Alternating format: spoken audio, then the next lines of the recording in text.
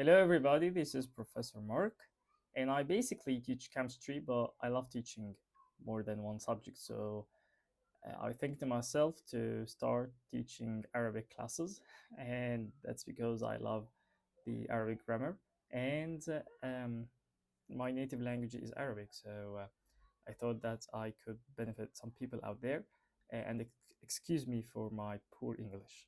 Thanks a lot. So let's get started. The first letter we are going to explore today is that, and that is called Hamza. Hamza. Look, I know most people say that it's a silent letter, but actually it's not. It's not a silent letter. It actually has a sound, and it sounds pretty much weird to the English culture. So I would explain that with the word water, but I want to pronounce the T um, in the British accent. British.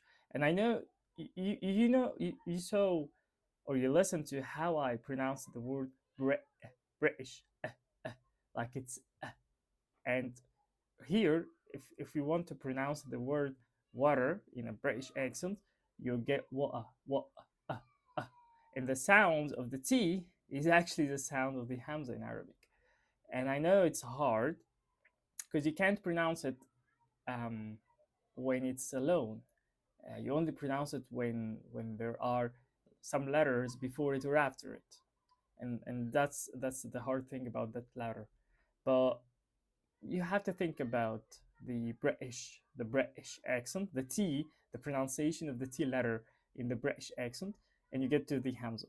But the the good thing about Arabic is that we don't usually, and actually, most of the time, we pronounce it with something we call the. Let me say it in English first. We have some signs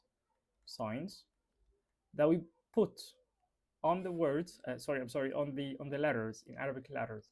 For example, if we wrote that letter, which is Hamza, and we like um, put that sign, which translates to the sound ah. It's like an a in English, but it's like a little bit um, exaggerated, or the sound. It's like the but without the h. So you get the ah ah. But if we that's the same letter, which is Hamza, and we put the sign below it, that turns to an e e.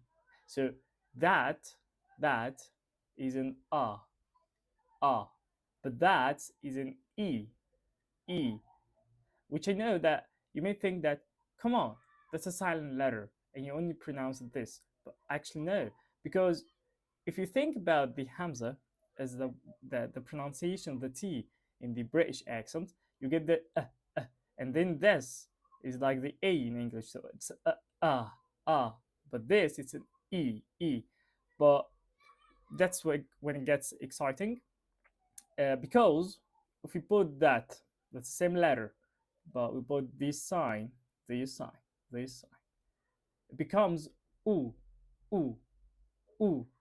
So we have like I don't know, ooh. You may think of the o, but it's not the o. It's ooh, ooh. You don't open your mouth. You don't do o. Instead, you do ooh, o, ooh, o, ooh. Don't do the first, which is o. Do the second, which is ooh, ooh.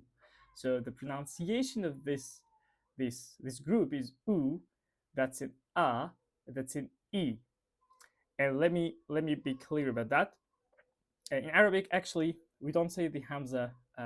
It's a letter, but we usually put like a stick below it. So instead of doing this, we actually do this. Instead of this, we actually do this. That's an and that's an e, and that's an u. So that's an that's an e, and that's an u. It's an I don't know how to pronounce. That's an u. Let's say that's that arrow in this direction means u. So that's an a, e, u.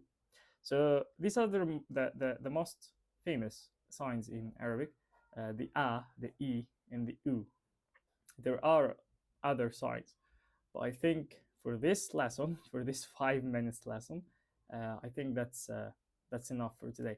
But I want to just tell you the names of these signs. That is called the fatha, fatha, and this is not an H, all right? That's an h sound, but we're gonna get to that later. So that's an fatha or fatha, fatha, right? So this is a kasra, ka, kasra, kasra. And I know that I should write them in Arabic, but I know that yeah, you're starting to learn Arabic, so I don't want to make things like hard for you. And that's a dhamma, dhamma, dhamma, dhamma, dhamma. So that's a fatha, kasra, and dhamma. And if you can pronounce the R, but in the vibration like r, like kasra, kasra, kasra, that's way better. That's the accent, the Arabic accent. So we're gonna stop here. That's an sound. That's a hamza. That's a hamza. But when we put above it that sign, it becomes an But you can also write it like this. And if we put below it the sign, that becomes an e, and you can also write it like this.